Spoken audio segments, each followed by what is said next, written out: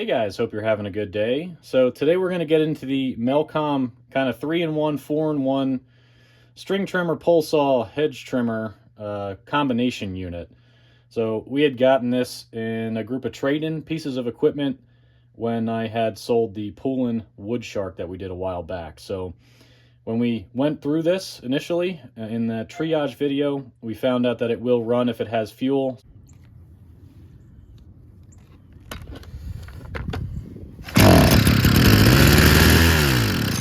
So we just need to go through the fuel system here.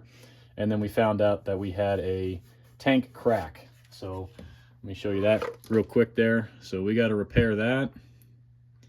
And then the fuel lines in there are broken, if you can hear the filter rolling around.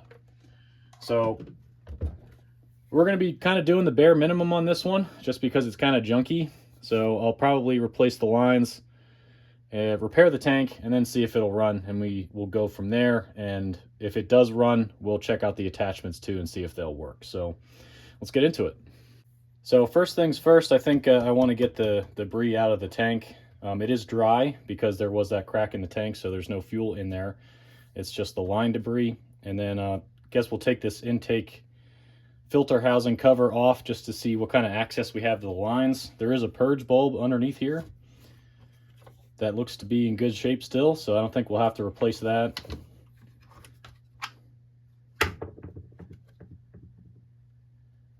That still looks okay.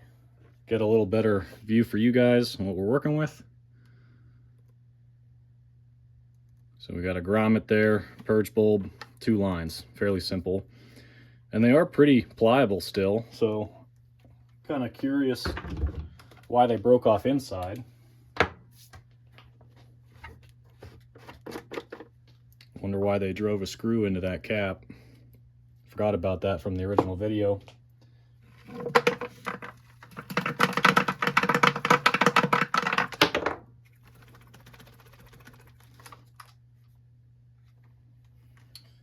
Okay, so that's what came out of it.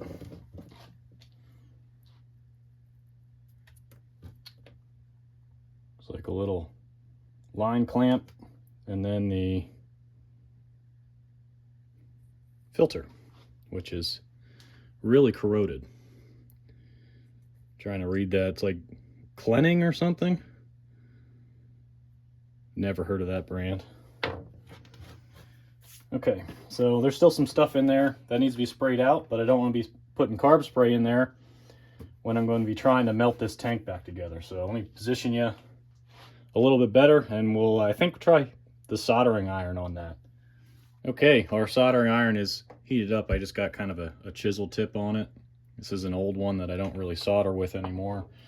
And I've got a spray bottle of water in case anything happens, since there was fuel in here. And what we're going to be trying to do is just go along these lines. We kind of got an X pattern. My guess is they probably dropped it right on this corner and cracked it. So we're just going to be trying to melt it back together. I guess we could probably use super glue, since super glue is actually resistant to gas and oil. So that'll be our backup. That's what I have on hand. Or in like an epoxy putty would work, but we'll try the soldering first. So hopefully I don't get in your guys' way.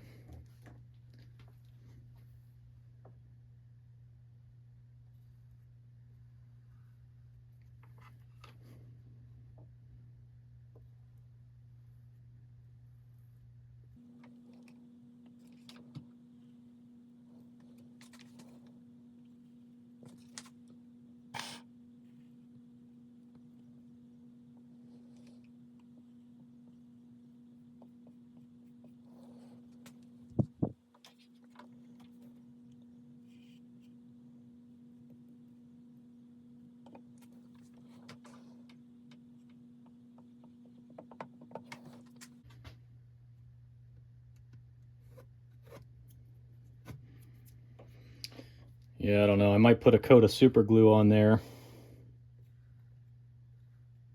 because this is pretty thin.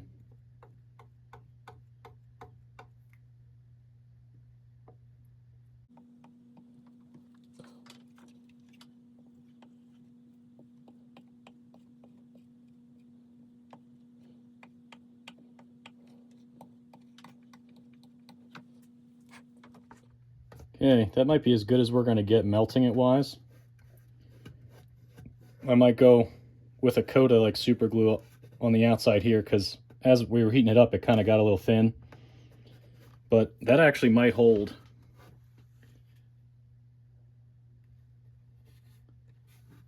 But super glue will just give us extra insurance.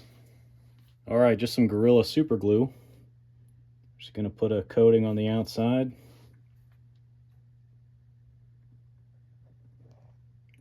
Around where I can still see the cracks kind of going through.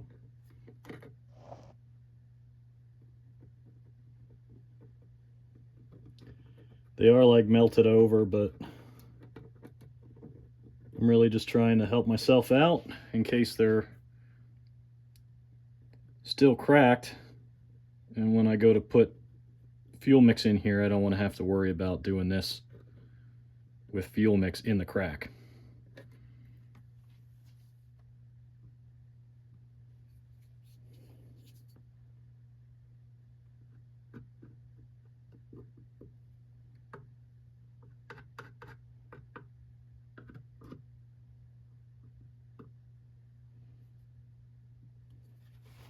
See if I can get a closer view for you before we have to let this dry. So that's kind of what we got.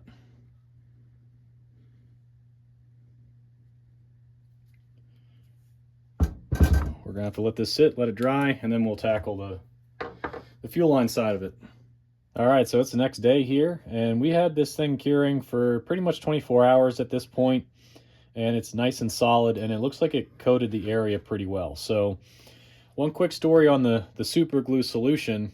I could have sworn that you had seen somewhere that it's gas resistant, but if you look up online, it's kind of 50-50 mixed opinion. So if I was going to do this again, I think I would have probably grabbed a white zip tie, and as I was melting this and it was getting thin, kind of melt that material in there to thicken it back up. I think that would have been maybe a better solution than the super glue here, but this is going to be, I guess, more of an experiment than a good solution. So I would recommend probably the zip tie if you're going to be doing this, but we'll get this thing flipped around and we'll start looking into the fuel line system.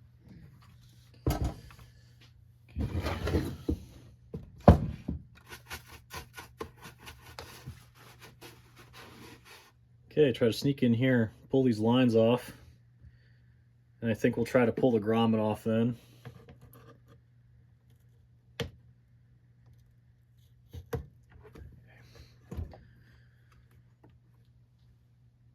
That's one.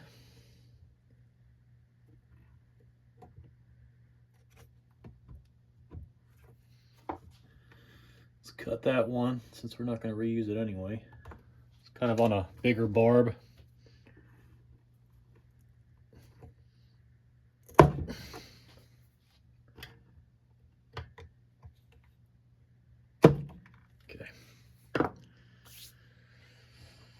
All right, I'm just gonna try to get this grommet out of there.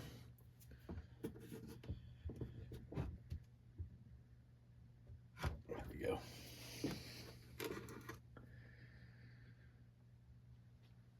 Okay, so I'll need to try to find some lines in my stash here that are about that size.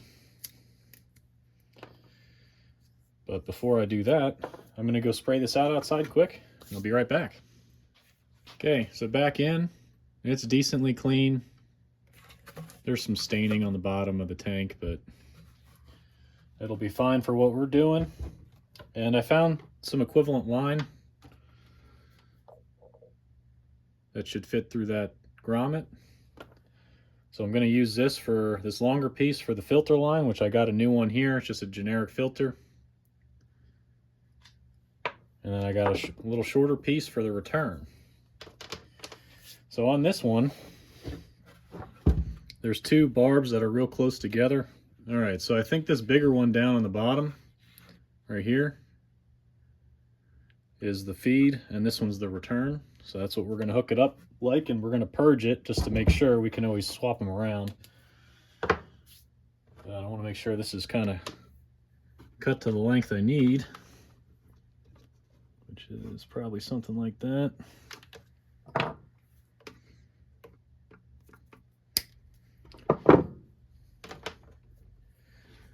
And this, we only need a short piece. Doesn't really need to go into the tank that far. Okay. All right, so I think I'm going to try to put the lines in the grommet first and then feed the grommet into the hole. But we'll see if I need to maybe put the grommet in first and then feed the lines in. So we'll see.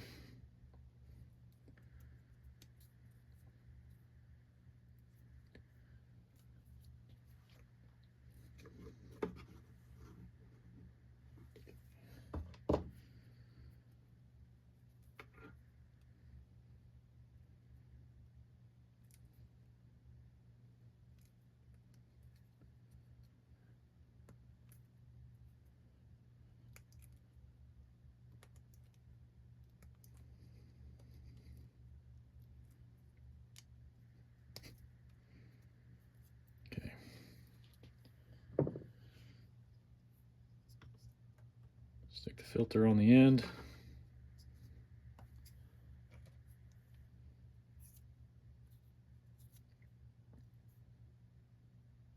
Yeah. See if that clamp does anything.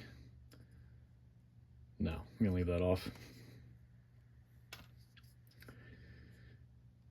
Okay.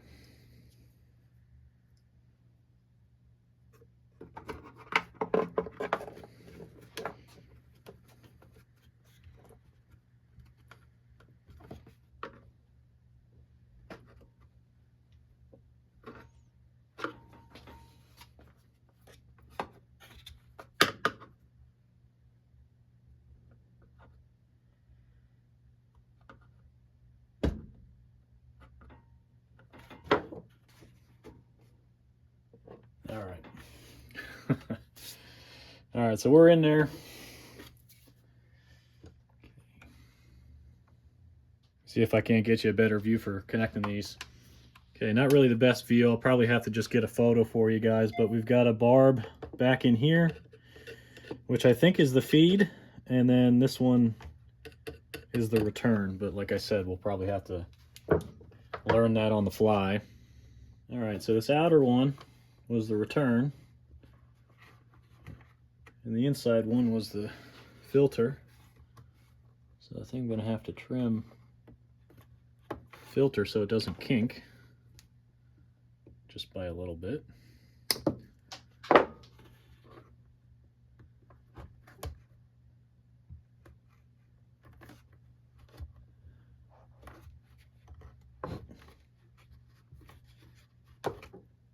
Okay.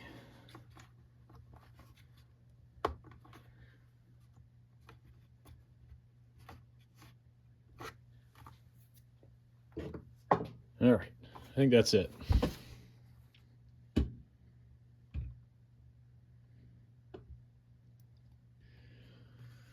So, let me get some fuel mix in here and we'll test the purge.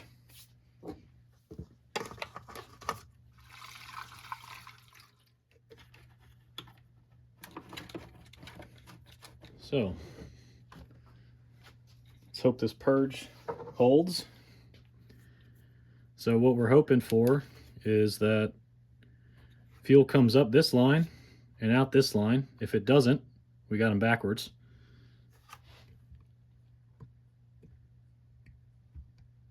And there it goes.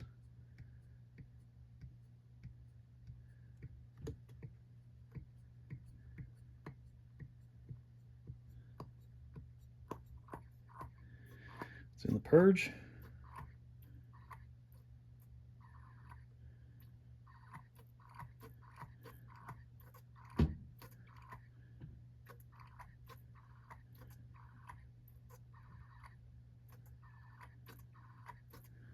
It's purging all right, I guess. Only thing left is to test it, so let's head outside. All right, a little windy today, so hopefully that's not too bad for you guys, but we're gonna see if this will start kind of without having to go through the carb here. I was trying to avoid that because this is probably not a name brand carb, and the rebuild kits are probably not available for it. So we got the choke plate here, you know, up is choke, then we got half choke, and then no choke. So let's purge this and pull on it and see if it starts.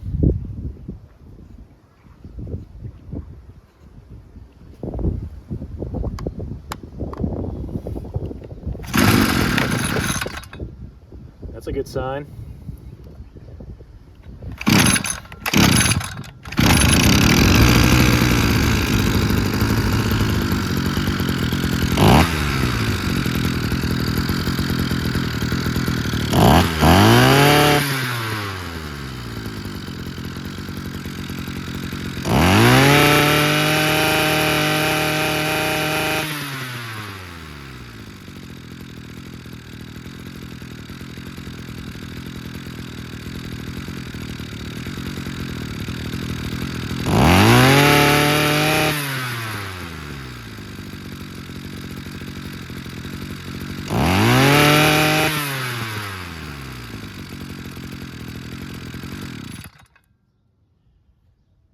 Well, that seems to run with no issues. Let's see if it restarts.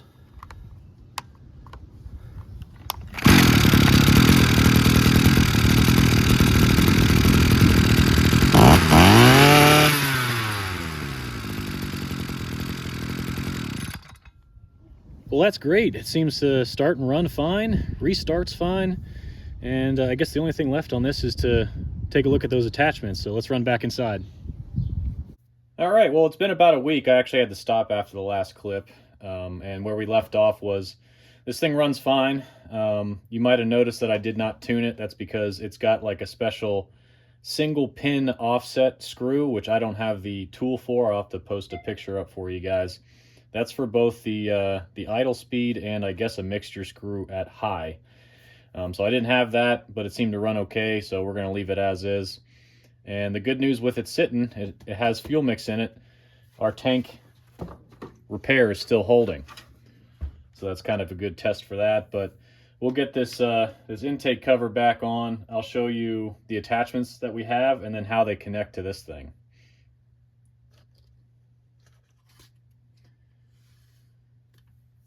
Okay, let me flip this thing around here. So it doesn't look like your normal square drive. I don't know if you guys can see that. It's kind of splined on the end there. And there's kind of a hard shaft in the attachments that I've got, and we've got a kind of a quick release pin here. So let me move this out of the way. We'll bring up the attachments. All right, so first up is going to be the string trimmer attachment here. And we're missing, you know, the debris guard, the head for the string trimmer, and I think you could put a blade on here for brush cutter. And I think that's where they got the like 4-in-1. So this would be kind of dual use for that. But since we're missing so many things off of this, I'm going to disregard that, leave that to the next person. I'm probably going to be giving this unit away as a freebie just to kind of get it out of my way and move it along. So we'll go to the next one. We got this pole saw attachment. And that tank looks in okay shape, not cracked. And we got the cap, and just making sure it moves for the test outside, since we'll be testing this one. And then the next one, which is the hedge trimmer. So this thing looks like it's been sitting outside for a long time. It's really oxidized, all the bolts are rusted. But it looks like you can adjust it like that. Different orientations, I guess. Yeah. So what I'm going to do, probably before I take this outside or do it outside, is spray this down with some lubricant. Since it's been sitting outside, I'm not sure if the gearbox is kind of seized up or not, but we'll deal with that when we go to test it. And this has got a hard shaft, and you can see the spline there for it. So it's not a typical kind of flexible square drive that you would see on most trimmers. So let's move outside. We'll, I think, attach the pole saw first, see how that works, and move to this one, and I guess wrap it up. All right, got you zoomed in here. We got the pole saw to try out first, and I figured I'd do a close-up for you, see how this thing attaches here, if I can get this cap off. Okay, so we got like a single keyhole here for that pin.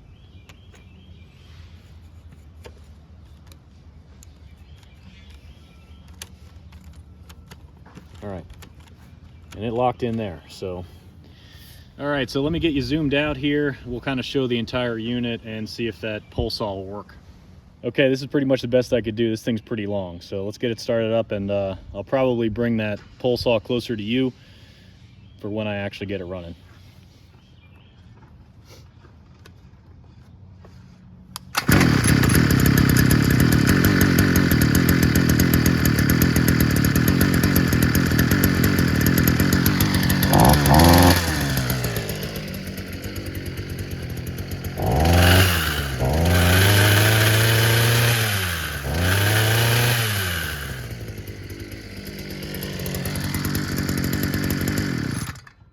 All right, well, the saw seemed to work fine. We'll get that taken off and we'll get the hedge trimmer put on. That's kind of the one I'm worried about because of the corrosion. So we'll test that next. And before I stick this on here, I did shoot it with some lubricant to help it out.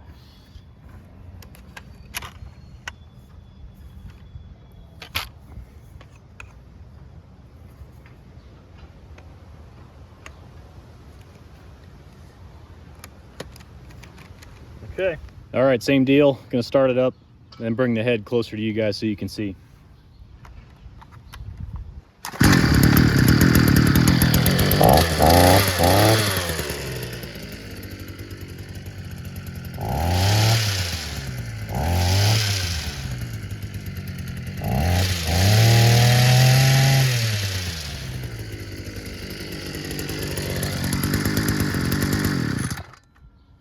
So awesome, both of those work.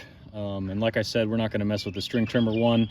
We'll kind of leave that to the next person, whether they wanna put a string trimmer attachment head on it or put a brush cutter unit on it.